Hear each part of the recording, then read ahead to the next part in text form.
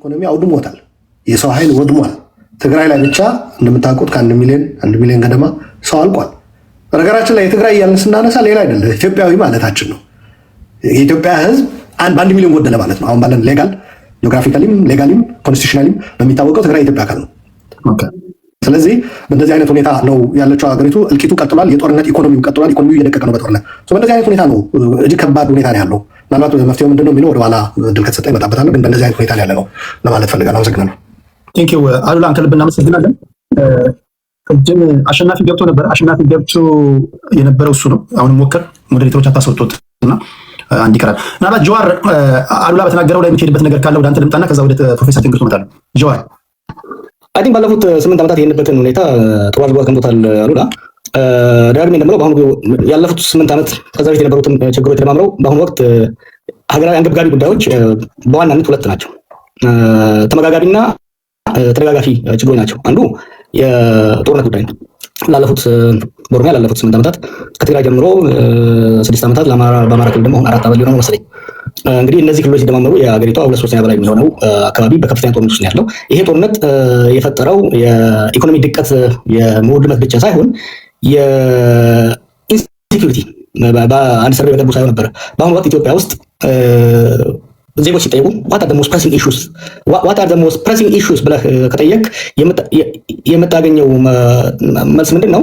የአንድ ኢንሴኪዩሪቲ ነው። ዜጎች ከቦታ ወደ ቦታ ከማሳቸው ወደ ቤታቸው መምጣት ሴኩሪቲ ኢሹስ ነምበር 1 ትልቅ ችግር ተፈጥሯል። ሁለተኛው የኑሮ ውድነት ነው። የኑሮ ውድነቱ ፕራይመሪ የጦርነቱ ውጤት ነው። ከጦርነቱ ጋር ተያይዞ ደግሞ ሰዎች ተንቀሳቅሰው ነግደው አርሰው መኖር አለመቻላቸው ተመጋጋቢ ሆኗል። ጦርነቱ በቀጠለ ቁጥር ኢኮኖሚው እየወደቀ ሄደ። ኢኮኖሚው እየወደቀ በሄደ ቁጥር ስራ አጥነትን እያስፋፋ ስራ ያጡ ወጣቶች፣ ሰላም ያጡ ወጣቶች ወደ ጫካ እየሄዱ ጦርነቱን እንዲያባብዙት የፖለቲካ መድረኩም የባሰ እንዲጣበብ እያደረገ እየሄደ ያለ ነገር በመሆኑ አይ ቲንክ አሉላ ካለው ጋር የምጋራ ይሆናል። በኋላ ላይ ደግሞ ሰብሰብ አድርጌ ኮሜንት አድርግበታለሁ። ወደሚቀጥለው ተናገር የሚል ይችላል ቴዲ። ኦኬ ቴንክ ዩ ጀዋርን ከልብ አመሰግናለሁ። አሉላ ቴንክ ዩ። ክብራትና ክብራን እነሱ የሚናገሩትን ሀሳባቸውን በደንብ ስሙ። መጨረሻ ላይ እንደየስብጥራችሁ እየገባችሁ ጥያቄ እንድጠይቁ ለሁላችሁ እድል እሰጣችኋለሁ። ትገባላችሁ። እስከዚያው ግን በጥሞና አድምጡ። እንዳይቆራረጥ ታፕ አድርጉ፣ ኮፒ ሊንክ ሼር አድርጉ። ቲክቶክ እንደዛ ነው የሚፈልገው። ያለማቋረጥ ታፕ እያደረጋችሁ ላላችሁ ቴንክ ዩ። ወደ ፕሮፌሰር ትንግርቱ ልምጣ። እስኪ አማራ ክልል ላይ አክቲቭ የሆኑ ጦርነቶች አሉ። አጠቃላይ እሱን ጨምረህ የኢትዮጵያን እስኪ ነባራዊ ሁኔታ አንተ እንዴት ነው የምትታዘበው? እሱን ነገር ያ አሻማ ብያለሁ። እንዴት አላችሁላችሁም? እዚህ ያላችሁ አመሰግናለሁ በጣም ስለጋበዛችሁኝ። ሁላችሁንም ስለተገናኘንም ደስ ብሎኛል። በኢትዮጵያ ጉዳይ ላይ እንድንናገር ሀሳብ እንድንቀያየር እና ህዝቦቻችን ያሉበትን መከራ እንድናነሳ ለኢትዮጵያ ህዝብን በተሻለ መንገድ በተለያዩ አማራጮች እንድንቀርብ ስለረዳችሁን ከልብ አመሰግናለሁ። የኢትዮጵያን አሁን ያለችበትን ሁኔታም አማራም ያለበትን ሁኔታ ነው በተወሰነ መንገድ አድሬስ ላደርግ ሰዓቱን እንግዲህ በአግባቡ ለመጠቀም ሞክራለሁ። ብዙ ጊዜ ሰዓት አጠቃቀም ችግር አለብኝ። የኢትዮጵያ አሁን ያለችበት ሁኔታ ጦርነት ብቻ አይደለም፣ ፖሊ ክራይሲስ ወይንም ደግሞ እጅግ ውስብስብ ኮተጠማ ነው የምትሉት የሰነፋር ሪሞት ይነ ውስብስብ የሆነ ቀውስ ካሜራችን ተቋርጦ ነበር፣ ይቅርታ። እንደዛ አይነቱ ውስብስብ ቀውስ ውስጥ ነው ኢትዮጵያ ያለችው። በየዘርፉ ብናየው ጥሩ ነው ብዬ ነው የማስበው። አሁን ብዙ ጊዜ ሻዶው የሚያደርግብን ጦርነቱን ብቻ ካየነው ነው። ከዛ ውጭ ከጦርነቱ ባሻገር በርካታ ጉዳዮች ስላሉ ቢያንስ በተወሰነ መንገድ ለምሳሌ ፖለቲካውን ብናየው፣ ማህበራዊ ሁኔታውን፣ ኢኮኖሚውን፣ ዲፕሎማሲውን፣ ፎሬን ሪሌሽኑ ሀገሪቱ ያለችበትን ሁኔታ አጠቃላይ ሁኔታዎችን ለማየት አይ ቲንክ ፐርስፔክቲቭ ይሰጠናል ብዬ አስባለሁ። ኮምፕሊት አብሰንስ ኦፍ ፖለቲክስ ሀገሪቱ ውስጥ ይታያል። ሙሉ ፖለቲካ የለም። አጠቃላይ ሀገሪቱ ያለችበት ሁኔታ የጦርነት ሁኔታ ነው። በስቴት እና ሶሳይቲ መካከል በመንግስትና በህዝባችን መካከል ያለው ግንኙነት የጦርነት አይነት ግንኙነት ነው። አብይ አህመድ ባለፉት 8 ዓመታት ወደ ስልጣን ከመጣ በኋላ ኢትዮጵያ ውስጥ ገቨርነንስ የለም። ያለው አጠቃላይ እያንዳንዱ ማህበራዊ፣ ፖለቲካዊና ኢኮኖሚያዊ ችግሮች ለመፍታት የሚካሄድበት መንገድ አጠቃላይ ጦርነት ነው። ጦርነት አዝ አን ኢንስትሩመንት ኦፍ ገቨርነንስ መንግስትን ተክቶ አስተዳደርን ተክቶ ሀገሪቱን የምትተዳደርበት ስርዓት ሆኖ የየዕለት የኢትዮጵያ ህዝቦች ግንኙነት በጦርነት ዲፋይንድ የሆነበት ወይም በጦርነት ሁኔታ ሊገለጥ የሚችልበት ሁኔታ እንዳለ እንረዳለን። የጦርነት ሁኔታው አጠቃላይ የፖለቲካል ፓራሊሲስ ወይም ደግሞ ሲያሳ ልምሻ የፖለቲካ ድቀት ሀገሪቷ እንዲያጋጥማት ያደረገ መሆኑን ትመለከታላችሁ። ፖለቲካው ኢንስቲቱሽናሊ ብትመለከቱት፣ አጠቃላይ ፖለቲካ ምህዳሩን ስትመለከቱት ምንም አይነት ፖለቲካ አለ ሀገሪቱ ውስጥ ሊባል ለምሳሌ ፖለቲካን ዲፋይን ልናደርግ የምንችልባቸውን ሁኔታዎች ብንመለከታቸው ምርጫውን ጨምሮ አብዛኞቹ ሂደቶች ሀገሪቱ ውስጥ ያሉ ሁኔታዎች ምርጫውን ጭምር በጦርነትና በጦርነት ሁኔታ ውስጥ የሚካሄድ ናሽናል ዲያሎግ ተብሎ የሚካሄደው ሁኔታ እንደዚህ አይነት በጦርነት ሁኔታ ውስጥ የሚካሄድ ሆኖ ትመለከቱታላችሁ ማለት ነው። አልቲሜትሊ ፖለቲካ ሀገሪቱ ውስጥ ፋንክሽን ማድረግ እንዳቆመ፣ ፖለቲካ ፋንክሽን ማድረግ ካቆመ ደግሞ የዲሞክራሲ ተቋማት፣ ሌሎችም ተቋማትና ሌሎች አሰራሮች ሙሉ ለሙሉ ፋንክሽን ማድረግ እንደሚያቆሙ በግልጽ የሚታይበት ሁኔታ መፈጠሩን እንመለከታለን። ፖለቲካው ፌል ስላደረገ አሁን የምናወራው በጦርነት ነው ማለት ነው። የክልሎች ግንኙነት ጦርነትና በጦርነት ሁኔታ ውስጥ ነው ያለው።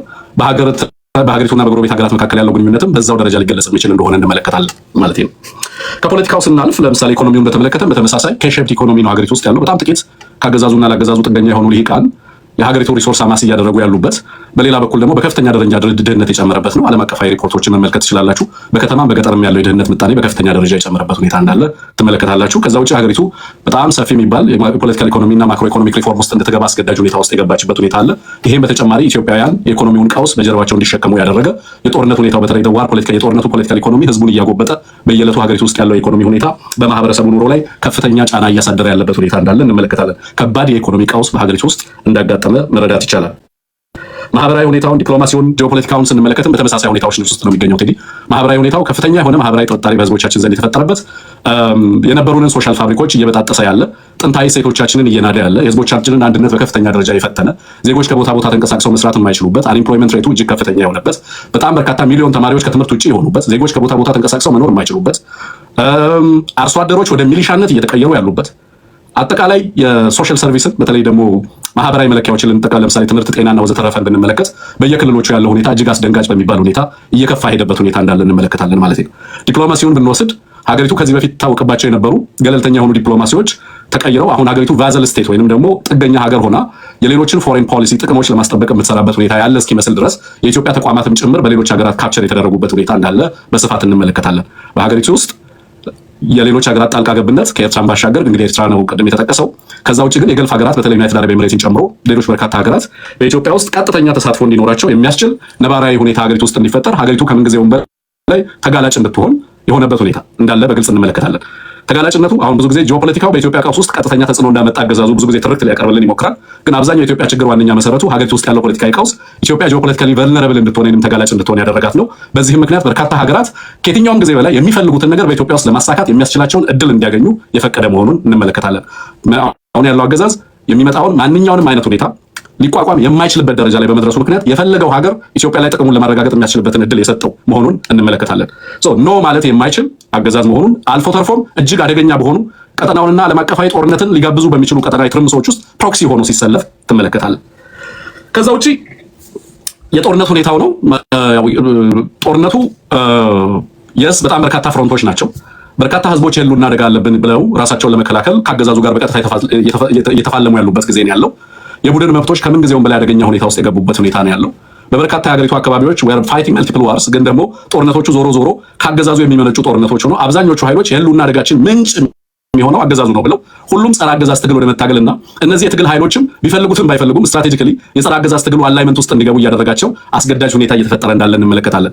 አገዛዙ ከዚህ በፊት በሩቅ የምናውቃቸው ጦርነቶች ፐሪፈሪ ላይ የኢትዮጵያ ድንበር አካባቢ ላይ ይደረጋሉ እንላቸው የነበሩ ጦርነቶች ዛሬ በሁሉም የሀገሪቱ አካባቢዎች የሚደረጉ መሆናቸው፣ የበርካታ ቴክኖሎጂዎችን በጦርነት ሂደት ውስጥ እየተጠቀመ መምጣቱ አገዛዙ ጦርነቶቹ ከኢትዮጵያ አልፎ ድንበር ተሻጋሪ ጦርነቶች እየሆኑ መምጣታቸው ጦርነቱ ይካሄድባቸው የነበሩ ምህዳሮችን በጦርነት ውስጥ ይሳተፉ የነበሩ አክተሮችን ቁጥርም አሃዝም መጠንም ስፋትም እየጨመረ በየጊዜው እየመጣ አሁን አዲስ አበባና በአዲስ አበባ ዙሪያ ላይ ጦርነት የሚደረግበት ሁኔታ እየተፈጠረ እንዲመጣ እየሆነ እንዳለ ትመለከታለህ።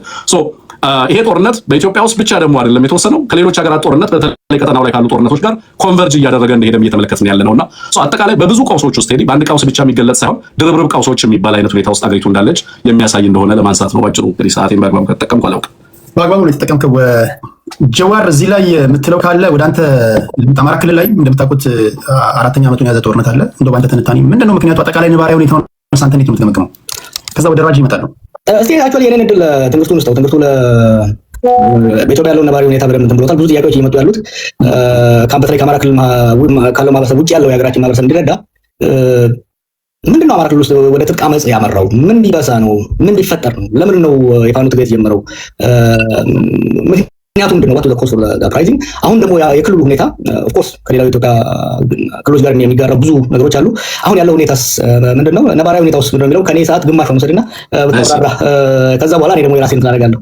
አመሰግናለሁ ጆዋል ጀነሮሲቲ። የአማራን ሁኔታ በተመለከተ እንግዲህ በመሰረቱ ባለፉት የ60 ዓመታት የኢትዮጵያ ፖለቲካል ፕሮጀክት ከዛ ጋር ተያይዞ በጣም በርካታ ቅሬታዎች የነበሩ ቢሆንም በተለይ ከ1983 ጀምሮ ደግሞ አማራን እንደ ፖለቲካል ማህበረሰብ ኮምፕሊትሊ ቢትሬይ ያደረገ የፖለቲካል ፓክት ነው ኢትዮጵያ ውስጥ የነበረው። ያለፉት 30 ፕላስ ይርስ ኢትዮጵያ ውስጥ ያለው የፖለቲካ ሁኔታ አማራን እንደ ፖለቲካል ሶሳይቲ የሚመለከት ያልነበረ፣ የአማራ ህዝብ የነበረው ሚና አንዳንድ ማህበረሰብ እንደ ካልቸራል ግሩፕ እንጂ እንደ ፖለቲካል ሶሳይቲ ወይንም የፖለቲካ ቡድን ሊቆጠርና መብቶቹን ጥቅሙን ሊያረጋግጥ የሚችልባቸው አውዶች ያልነበሩ መሆኑን በትክክል እንመለከታለን። በነዛ ተደራራቢ ክህደቶች ውስጥ ወይንም ደግሞ ከኢትዮጵያ ዘመናዊ በተለይ በ1991 ከመጣው ፖለቲካል ፕሮጀክት እና ከዛ ውስጥ የአማራ ህዝብ ተሳትፎ የሌለበት አለመሆኑ የፈጠራቸው ከፍተኛ ተጽዕኖዎች በተለይ በስነ ልቦና ደረጃ እና በአማራ ማህበረሰብ ላይ በሚኖርባቸው በርካታ የሀገሪቱ አካባቢዎች ላይ ይደርስበት የነበረው ጫና እንዳለ ሆኖ ባለፉት 8 ዓመታት ደግሞ የመጡ ቀውሶች በተለይም የአማራን ህዝብ በከፍተኛ ቀውስ ውስጥ እንዲገባ ያስቻሉ እንደሆኑ እንመለከታቸዋለን። ብዙ ጊዜ አሁን የአማራ ክልል ቀውስ ከፕሪቶሪያ በኋላ የመጣ ፕሪቶሪያን ተከትሎ የመጣ የገነፈለ ጉዳይ ተደርጎ እንደሚወሰድ እና በዛ መንገድም ናሬት እንደሚደረግ እመለከታለሁ። ግን ትልቁ ቀውስ መሰረቱ ከፕሪቶሪያ ባሻገርም ይህ አገዛዝ ወደ ስልጣን ከመጣ ጊዜም ጀምሮ ከዛም በፊት በነበሩ ሂደቶች ከፍተኛ የሆነ ዲስፕሌስመንት አለ። አማራ ተኮር የሆኑ መፈናቀሎች አሉ። የሀገሪቱን ፖሊሲዎች፣ የህግ ምህዳሮች፣ መዋቅሮች አጠቃላይ ስትመለከቷቸው በፀረ አማራነት የተቀረጹ ናቸው። የአማራ ህዝብን እንደ ኮሎናይዘር አድርገው ፍሬም የሚያደርጉ ናቸው። የአማራ ህዝብ በኢትዮጵያ ብሔር ብሔረሰቦች እና መብቶች ላይ ከፍተኛ አደጋን የደቀነ ማህበረሰብ ተደርጎ ይተረክ ነበር። በሀገሪቱ ህገ መንግስትም ጨምሮ በሌሎችም በሀገሪቱ ውስጥ ባሉ አሰራሮች፣ ፖሊሲዎችም ሌሎችም ተቋማዊ አሰራሮች በሙሉ አማራን ታርጌት ያደርጉ ነበር። እነዛ ሂደቶች በጊዜ ሂደት ለውጥ ያመጣሉ ተብሎ በተለይ ደግሞ ወደ ሪፎርም ወይም ለውጥ መጣ ከተባለበት ጊዜ ጀምሮ የአማራ ህዝብ በጥያቄዎቹ በአንድ በሌላ መንገድ አድሬስ የሚደረጉበት እነዚህ ግሪቨንሶች፣ እነዚህ መፈናቀሎች፣ እነዚህ ዲስፖሴሽንስ እነዚህ ሁሉ ምላሽ ያገኛሉ የሚል ተስፋ ነበረው።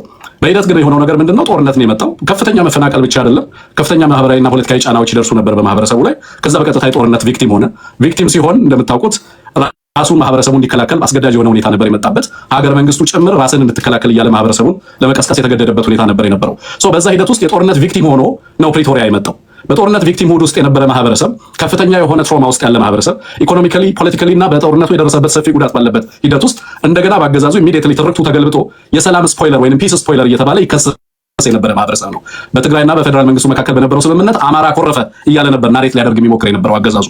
አክቹዋሊ የአማራ ህዝብ ግን ቪክቲም ነበር በሰዓቱ። ከፍተኛ ሀብት ንብረት፣ የሰው ንብረት፣ ሰብአዊ ጉዳት ያስተናገደ ማህበረሰብ ነበር የነበረው። ማህበራዊ ሂሊንግ የሚያስፈልገው ማህበረሰብ፣ ሳይኮሎጂካል ሂሊንግ የሚያስፈልገው ማህበረሰብ፣ ኮምፐንሴሽን የሚያስፈልገው ማህበረሰብ እና የፖለቲካ ሂደቱ አካል መሆን የሚገባው ማህበረሰብ እንደገና ዲሚሊታራይዝ መደረግ አለበት የሚል አቋም በፌደራል መንግስቱ ተያዘና አማራ ምንም አይነት ትሬት በፌደራል መንግስቱ ላይ ፖዝ ባላደረገበት ሁኔታ፣ ካፓቢሊቲውም ባልነበረው ሁኔታ ውስጥ አገዛዙ አማራ ላይ ሌላ ጦርነት ኢምፖዝ አደረገ። በአማራ ክልል አማራ እየተዋጋ ያለው ጦርነት በአገዛዙ አማራ ላይ ኢምፖዝ የተደረገ እንጂ የአማራ ህዝብ አገዛዙን ለመውጋት ራሱን ኢንቴንት ኖሮት ካፓቢሊቲ ዴቨሎፕ አድርጎ በአገዛዙ ላይ ያወጀው ጦርነት አይደለም። this is a war imposed by the state. የአማራ ህዝብ በዚህ ሂደት ውስጥ ፐርሲቭድ የነበረውን በተደጋጋሚ ፐርሲቭድ የነበረውን ከኢትዮጵያ ፖለቲካና በኢትዮጵያ ፖለቲካ ማህደር ይደርስብኛል ይል የነበረውን ጉዳት በቀጥታ በተጨባጭ ስጋቱን አገዛዙ በክልል ውስጥ ይዞ ገብቶ በየአካባቢው አሁን በአማራ ክልል ኦልሞስት በሁሉም ቀጠናዎችና ቀበሌዎች ጦርነት እንዲደረግ አስገዳጅ ሁኔታ እንዲፈጠር ሆነ ማለት ነው። በዚህ ጦርነት ውስጥ ያለፉት 3 ዓመታት ጦርነቱ እንዴት የሀገሪቱን ፖለቲካ ሼፕ እንዳደረገው፣ ኢኮኖሚውን ሼፕ እንዳደረገው፣ ጂኦፖለቲካውን ሼፕ እንዳደረገው የምትመለከቱት ነው። ከዛ አልፎ አሁን ኢትዮጵያን እና ኢትዮጵያ ውስጥ የነበሩትን ሎካል ኮንፍሊክትስ ወደ ሪጂናል ኮንፍሊክትስ እየቀየረው እንዳለ ትመለከታላችሁ ማለት ነው። በዚህ ሂደት ውስጥ በአማራ ህዝብ ላይ ምንድን ነው ያለው? አሁን አማራ ህዝብ ምን ውስጥ ይገኛል የሚለውን መቼም ከእናንተም በላይ የሚያውቀው አለ ብዬ አላስብም። ከ10+ ሚሊዮን በላይ ተማሪዎች ከትምህርት ገበታ ውጪ ናቸው። ትምህርት ቤቶች ፋንክሽን አያደርጉም። ፖለቲካ ፋንክሽን አያደርግም። ክልሉ የሚተዳደረው በዋርሎርዶች ነው፣ በጦርነት በወታደሮች ነው ክልሉ የሚመራው። በሁሉም አካባቢ ላይ ፖፑላር ሬዚስተንሱ በሁሉም አካባቢ ላይ ተቀጣጥሎ የቀጠለበት ሁኔታ ነው ያለው። በዚህም ምክንያት ኢኮኖሚካሊ፣ ፖለቲካሊ፣ ሶሻሊ ማህበራዊ ቀውሱ፣ ስነልቦናዊ ቀውሱ በማህበረሰቡ ላይ ከፍተኛና እጅግ አደገኛ ደረጃ ላይ እንደደረሰ መቼም የምትገምቱት ነው። በዚህ ሂደት ውስጥ ግን አማራ የፈጠራቸው 2 አቅሞች አሉ። አንደኛው ፖለቲካል ካፓቢሊቲ ነው። ሁለተኛው ወታደራዊ ካፓቢሊቲ ነው። ያልነበረን ወታደራዊ አቅም አገዛዙ በአማራ ላይ በማወጁ ጦርነት ምክንያት አማራ ወታደራዊ አቅም እንዲፈጥር አድርጎታል። ይሄም በቀጠናው ላይ ተዋናይ እንዲሆን አደረገው። ሁለተኛ ደግሞ ያንን ጦርነት ለመምራት የተደራጀው ድርጅት ሙሉ ለሙሉ ፖለቲካዊ አቋም እንዲይዝ ወይም ፖለቲካዊ ድርጅት እንዲፈጥር አስችሎት 2 አቅሞችን እንዲፈጥር ዴቨሎፕ እንዲያደርግ በሂደት ያስቻለው መሆኑን ትመለከታላችሁ ማለት ነው። ለሀገሪቱ ውስጥ ያለውን ቀውስ በስፋት የአማራ ህዝብ ይጋራዋል። ፔኪውላር የሆነ ቀውስም ደግሞ በአማራ ክልል እንዳለ ትመለከታላችሁ ማለት ነው። ከክልሉ ውጭ ያለው ማህበረሰብ ግን በልክ የኢትዮጵያ ህዝብ በሁሉም ቦታ ላይ ያለው የሀገራችን ህዝብ ፌስ እያደረገ ያለውን አይነት ተጽዕኖ ሌላም ቦታ ላይ ያለው ማህበረሰባችን በዛው ልክ ያንን ተጽዕኖ እየተጋፈጠ ያለበት ሁኔታ እንዳለ እንመለከታለን። ምናልባት ስፔሲፊክ የሆኑ ጥያቄዎች ካሉ በኋላ ላይ አድሬስ አደርጋቸዋለሁ። ግን አሁን ያለው ሁኔታ በዚህ ደረጃ ሊገለጥ የሚችል ነው።